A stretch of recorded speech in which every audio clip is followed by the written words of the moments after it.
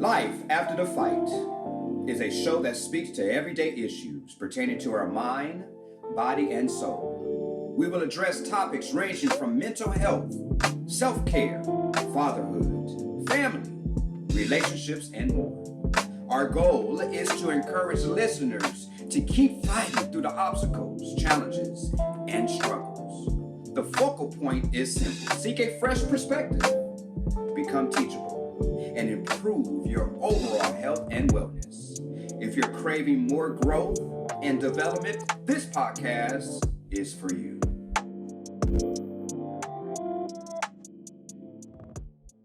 Hey, Ricky, I'm glad we're back this week. It's been interesting. And I'm saying too much. And the reason I'm saying that is because I was trying to think about it being domestically, but it's a global phenomenon right now with this heat, man. Yeah, this heat. And for no people joke. who believe in hell, they definitely shouldn't want to go down. It's hot out there. Man, you ain't never lied. It's been hot. Yes, it has. All over. Everywhere. I said, if you don't speak Arabic, this heat will make you, you know? Yes.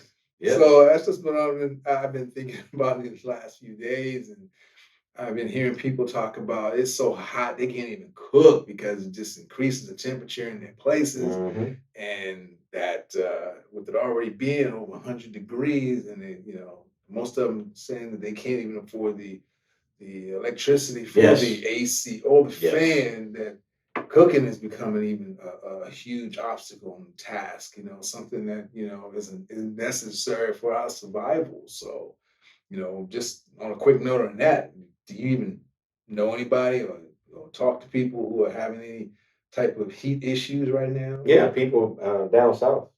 I mean, their AC bill is high because the heat is just, these are people who live, particularly Texas, people that I know in Texas, they're complaining about the heat being crazy. It's unbearable. Unbearable, yeah. So, wow. and then of course, you have the Bay Area, like San Francisco and Oakland, that's hot.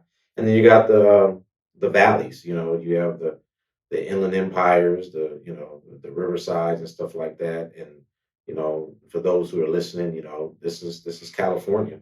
Right, right. And that's where we reign from, Los Angeles. But yeah, it's outskirts. It's happening in Europe and everywhere Yes, right now. yes. I'm looking at things like happening in fires in Greece, and Yes. even the Italian president was telling people to for tourists, hey, stay in. We don't want you not to want to come back to our countries because of the simple fact that the weather is not responding the way it normally would be. So yeah, it's a global effect. Yes.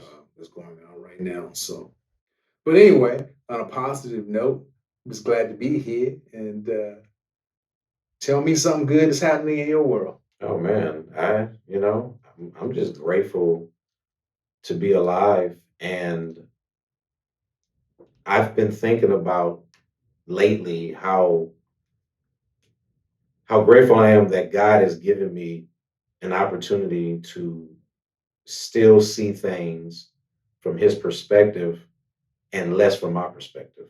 Okay. Because I've learned that, and I continue to learn, this is an everyday process, audience, is that the less I try to figure something out from my perspective, the better I'll be able to adopt and adapt to God's perspective. Because when I ask for wisdom and I ask for discernment, he gives it to me. And he gives it to me in a place where I'm able to see things that's not from a personal standpoint. No matter how I feel about it, I'm able to see it and I'm able to respect it for what it is. Well, I'm glad you can do that, because I have to take the diversion road on that one. I used to ask God for wisdom too, but I realized that there was a component to wisdom that I hadn't thought of. And so now I said, God, just give me some knowledge. I don't need all the wisdom, because the component with the wisdom was the experience. Mhm. And some of the experiences, I got to say, I really didn't want them. Don't need them.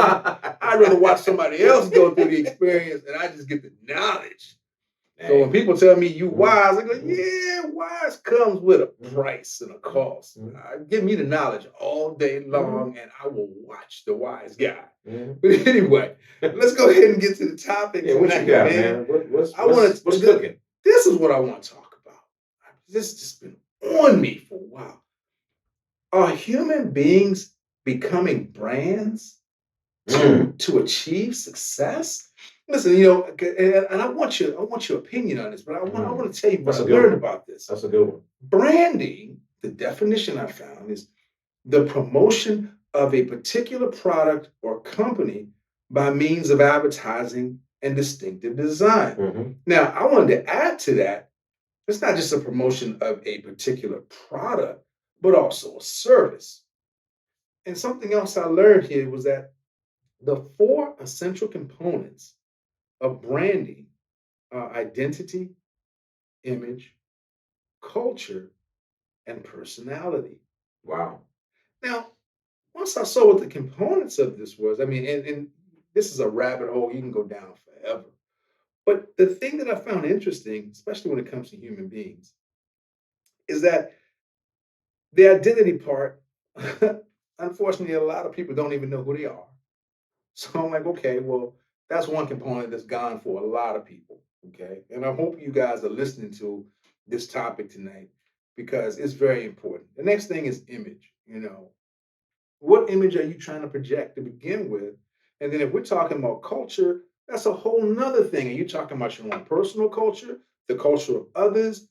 That's a big, big, big undertaking. And then lastly, personality. Okay. Are you using your own unique personality, or have you come down with imposter syndrome and trying to gain the personality that you think is going to make you successful? And it just it bewildered me, it befuddled me, because in time past,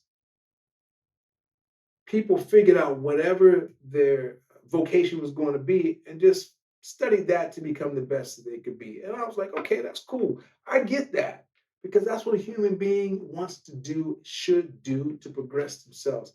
But then when I heard this thing about people saying, well, and I'm making this personalized when I would talk to people, they go, well, George, what's your brand? My brand? You mean what? Levi's? Nike? No, no, no, no. That's their brand. What's your brand? I go, well, last I checked, I'm not a product or a service. Mhm. So now you want me to go from being a human being to unconsciously being a human doing to ultimately being a brand. Mm. Wow. Okay. It's hard enough waking up every day being a human being. Now you want me to skip over everything else and brand myself now. So let's just say I can even do that. So now we got what? A whole bunch of brandings running around trying to sell to one another a product or a service. Do you see the dog chasing his own tail here? Tell me, Ricky, because I'm a stay human being. I ain't trying to do branding. So if branding is good and that's your thing, then let the audience know. I'm good with that. I mean, I'm not going to debate you on that if you want to be a brander. Okay. So the first thing that comes to mind is AI, artificial intelligence. And the reason why I say that is because what I've seen thus far are robots taking the place of human beings. It's so easy to brand a machine. Okay. It's easy to give the machine the personality you want it to have. And if you look at the culture of that machine, you're trying to achieve something quick, easy, and in a hurry where you won't have to be dependent on anything else. Okay. So when I look at the branding part as a human being, and I've been saying this, so Rick, what is your brand? Because I have my own business. And I'm looking like, my own brand? I was like, well, I am my own brand. Right? He's like, what do you mean? I says, I'm a walking billboard for what I do. I'm in the health, wellness, and fitness industry. I was told by somebody a long time ago, you can't sell a dream looking like a nightmare.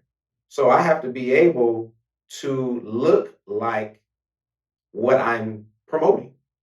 I am my own brand, which means it's just who I am. When you look at me, you should be able to see health, wellness, and fitness. If you can't see health, wellness, and fitness, then you shouldn't be looking at me. How am I going to promote something that I'm not actually living myself?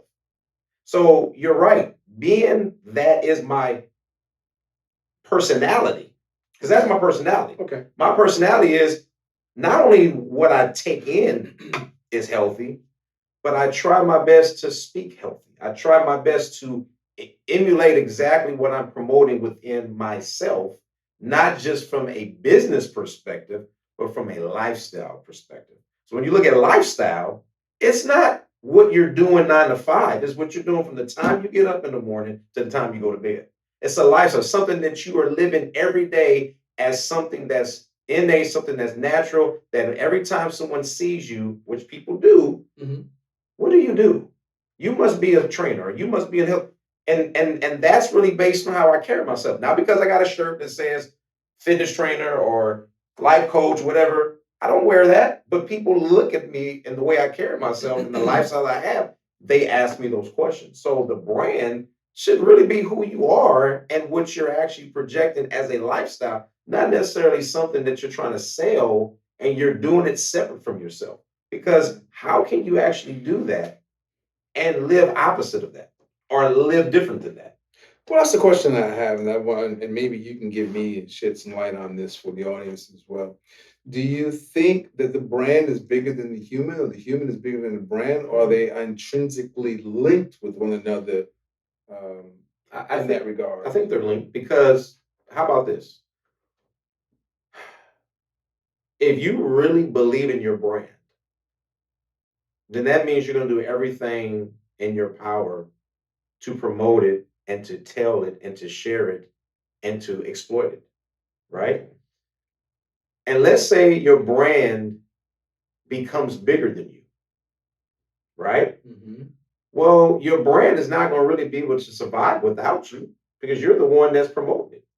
So if you are not there behind the brand pushing it, or at least giving it the light and attention it deserves, your brand dies with you. So I just believe that you can't have one without the other. A brand is not going to just sell itself on a continuous level because guess what? Someone has to account for it Okay. because there's always going to be some negative downfall, or there's always going to be some challenges, or there's always going to be competition. Somebody got to answer to that. Okay. That's why I wanted to bring that up and ask you about that, because I find more often than not when I talk with people, particularly when it comes to that, I have had an issue with people saying, "What's your brand?" And so I wanted to bring this to the table, Okay. for your opinion, because I don't want to harshly judge the situation. I don't want to judge anything, Definitely. period. Mhm. But I find that people would rather be anything other than human.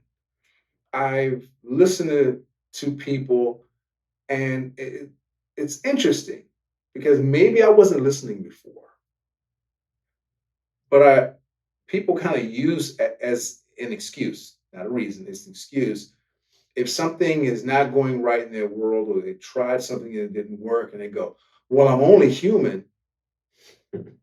And when they said, I go, "You said I'm only human," like it's a negative explanation.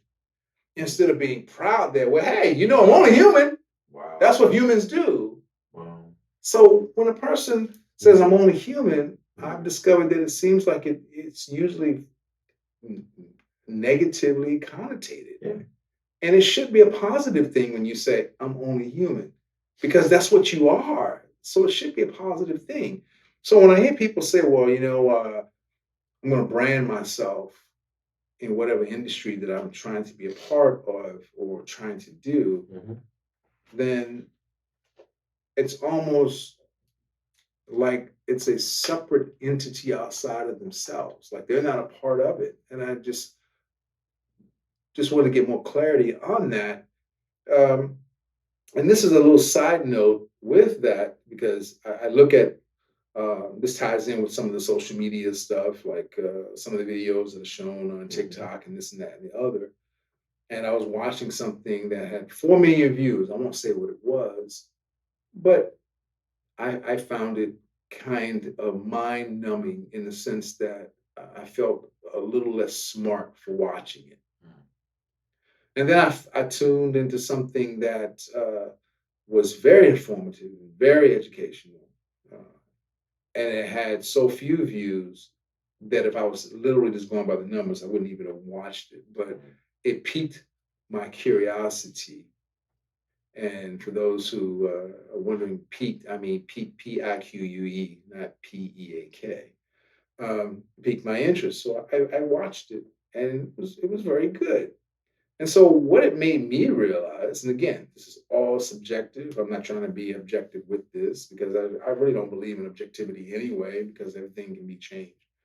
Uh, People would much rather be entertained than intellectually informed. Yep. And the reason and how I came about that was because there's been so many examples of this. Uh, there is a film out right now. I won't say what it is because I don't think it's important. What I did find important about it was because of the number of dollars it made over $100 million, and people were saying, well, they're calling this a quiet kept situation because they don't want the masses to know about this movie. Well, first of all, the masses already know of it over $100 million, so don't think of it as a sleeper. Okay, that's not a sleeper. If it's made over $100 million, enough people know about it.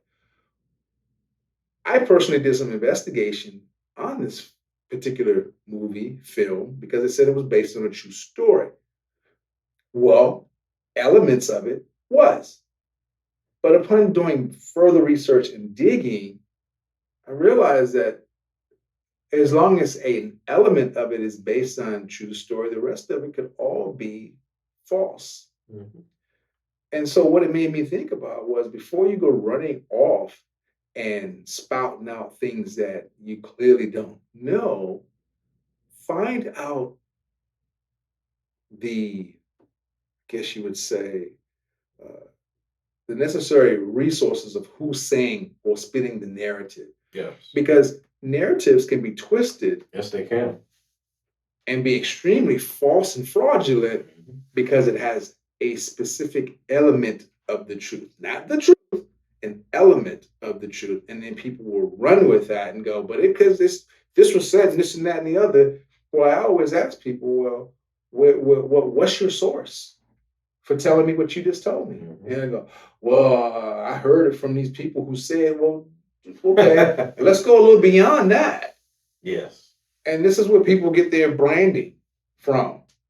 I'm branding this because of this, that, and the other. You know, a lot of people don't even realize that the symbol of Nazism, the swastika, where it came from. Do you know where it came from? I don't. It was a symbol of peace from India. Mm. Didn't know Who that. took that symbol and turned it into what we know today as Nazism and evil and everything War. else. So I always Peaceful tell war. people, because in the past I was guilty of running rampantly and wildly with the false narrative because I didn't dig deep enough to find out the source of the information that I got. Yes. And so it just behooves me now when I'm talking to people, before you start spouting this information out to everybody, verify your source. Make sure you're getting true information, not just information. Because I remember listening to, and I'm giving credit to this. I'm sure I'm not going to say it verbatim, but I remember someone asking famous actor Denzel Washington about something in the news, and he says, I don't watch it. He says, and before the person answers, he goes, I know what you're going to say. He goes, but I'm going to tell you this. If you don't watch the news, then you're what? You're uninformed. But if you do watch it, you're misinformed. So you lost both ways unless you are there at that moment to verify yourself. Yeah. I like what you said earlier about the branding and the comment you made about I'm only human. Yeah. That statement alone has always driven me crazy, and I'm gonna tell you why.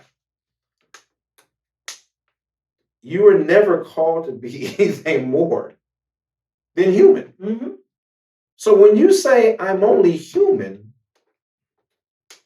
what are you implying? That your expectation or somebody's expectation of you was supposed to be more than human, which means you were supposed to be more than at that moment, which means the unrealistic expectation is you should have and could have done better than that.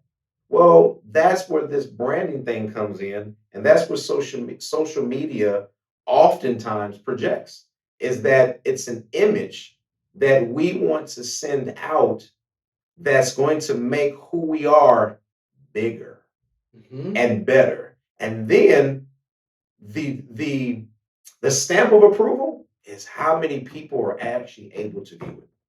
So you have people today who are called quote unquote influencers of media, right? All their job is to get anybody to buy into their concept of what they have created, which of course is branding. And then based on how many views they get, they are now in a position to benefit from it and profit from it. That's right there. Your valuation is That's based on likes. That's it. Likes. Now, not opinions. No. Just a hit a button, which means liked it, hated it, disliked, whatever the case is, but it's a button and it's a response to whatever you feel about what you saw. But check this out. When you listen to a lot of these influencers, they don't really know who they really are. Or they don't like who they are. So they project an image so they can be liked.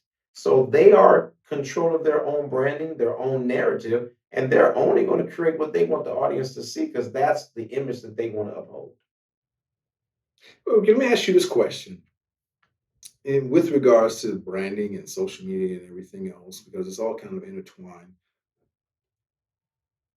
And maybe it's always been, I'll preface that. Maybe it's always been this way and I didn't know. But when did we get to a place where others' opinions of us as individuals is more important than what we think about ourselves?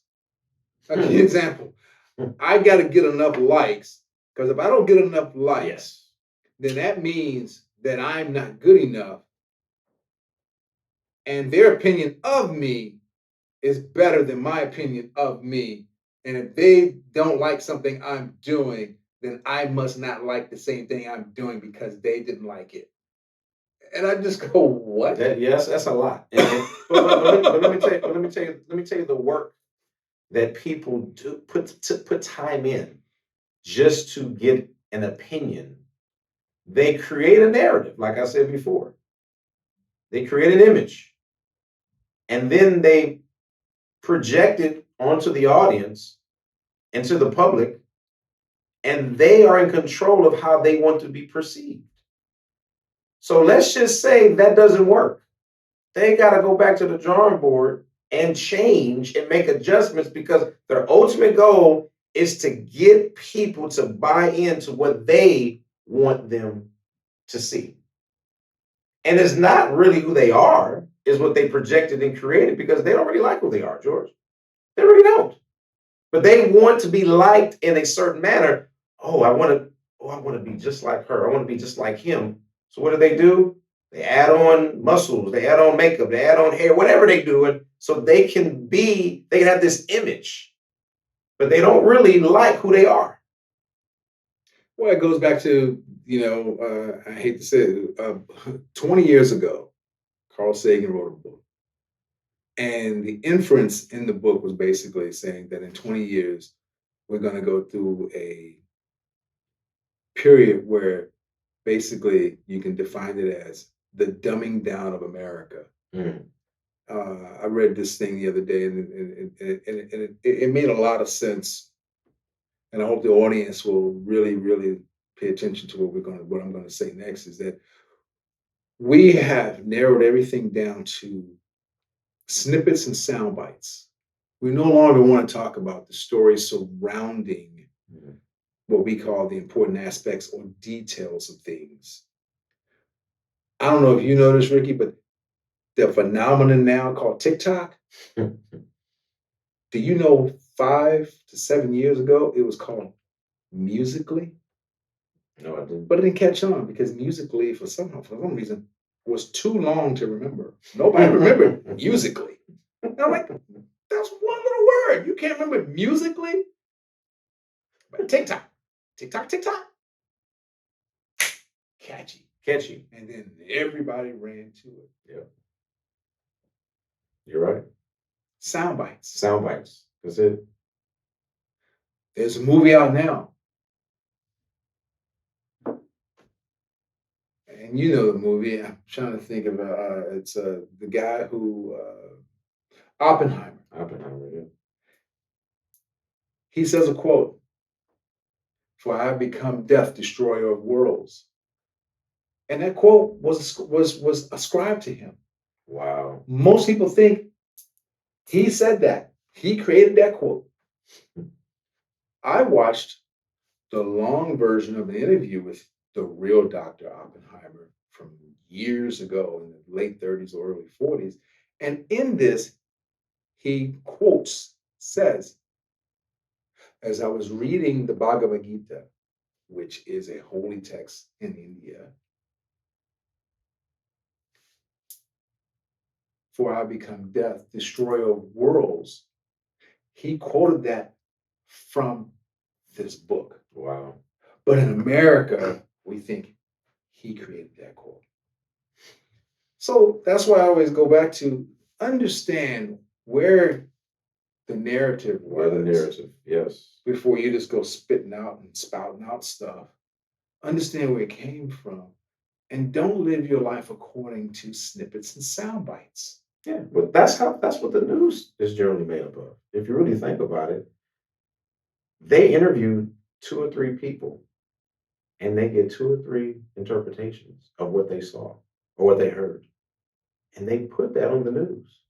And based on what people said, they make a whole story around it. And usually to the lowest common denominator, the TikTok crew. Yeah, but like you said, unless like you said, Denzel said, unless I was there, how do You I know don't exactly what know. happened? I mean, You're going by hearsay and innuendo. but that's what sells, George. Hearsay is what sells. Gossip is what sells. Speculation is what sells. Truth doesn't sell. It doesn't sell. People usually want to stay away from truth because it'll expose people. Yeah. It'll expose situations. Yeah. And we live in a cover-up world. You got a lot of secrets. People have taken certain secrets to their grave. Certain people have paid top money for their secrets to be sealed. Some people are in prison for life right now because they are holding on to secrets because the goal is for them to stay alive. Secrets is what rules the world, man. The truth, man. Nobody wants the truth. As you saying that, I'm thinking secrets got to be one of our future topics. Oh, we can go several episodes with secrets, but as we bring this to a close, yeah, I you know what? I'm going to cut you off, but for the audience, first of all didn't mean to get so off topic because I want to circle back around. It is about branding. For those of you that are listening, I'm not, I've expressed, I think that you should be a human being first and you should never be branding yourselves. However, if you think that branding is going to make you the successful person you need to be by far, do not let me dissuade you for what you want to do and be. I just wanted you to ask yourself this question. Are you a product or a service? Simple as that. Because I'm a human being. I like to buy products and services, but they're tangible things that are outside of who I am and the essence of who I am as a human being. Yes. Okay. And that's the only reason I'm bringing that up. But if you feel like branding is your thing, then have at it. I'm not a brander. I'm not a brand. I'm a human being who may and put myself in situations of maybe producing a product or selling a service. But at the end of the day, or at the beginning of the day, and in the middle of the day, I will always be a human being first. I agree. I'm just like I told you earlier. I am my own brand, but I am a human being first, which means it's personal and it's a lifestyle. So I cannot afford to compromise my brand because I refuse to compromise who I am. Okay. In other words, I'm not going to feed into what society is saying about my brand Okay. Okay. because I'm okay. not going to feed into what. So you can't tell me what to change within myself. So therefore, you can't tell me to change within my Oh, brand. Ricky, I got it. Before we close, you love this, Yes. and this is right in line with what we were talking about. I had a conversation with some guys last week, and I said, something that really, really changed how I view and see things is about 20 years ago. It's been at least that long now. I remember walking up to a gentleman that I hadn't seen in a while, and I said, "Hey, how you doing?"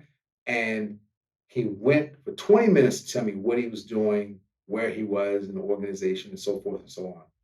And when he was done, I looked at him and I said, "Thank you. I appreciate you telling me what you've been doing. Now, can you tell me how you're doing?" And he looked at me and he goes, "Oh, well, yeah, you just asked me a real difficult question." Wow. That shouldn't have been a difficult question. The guy who I was telling this story to said, "Oh, well, maybe you should ask him how he was feeling." I said, "Well, I was thinking it was synonymous with doing, but in the future, I will do that."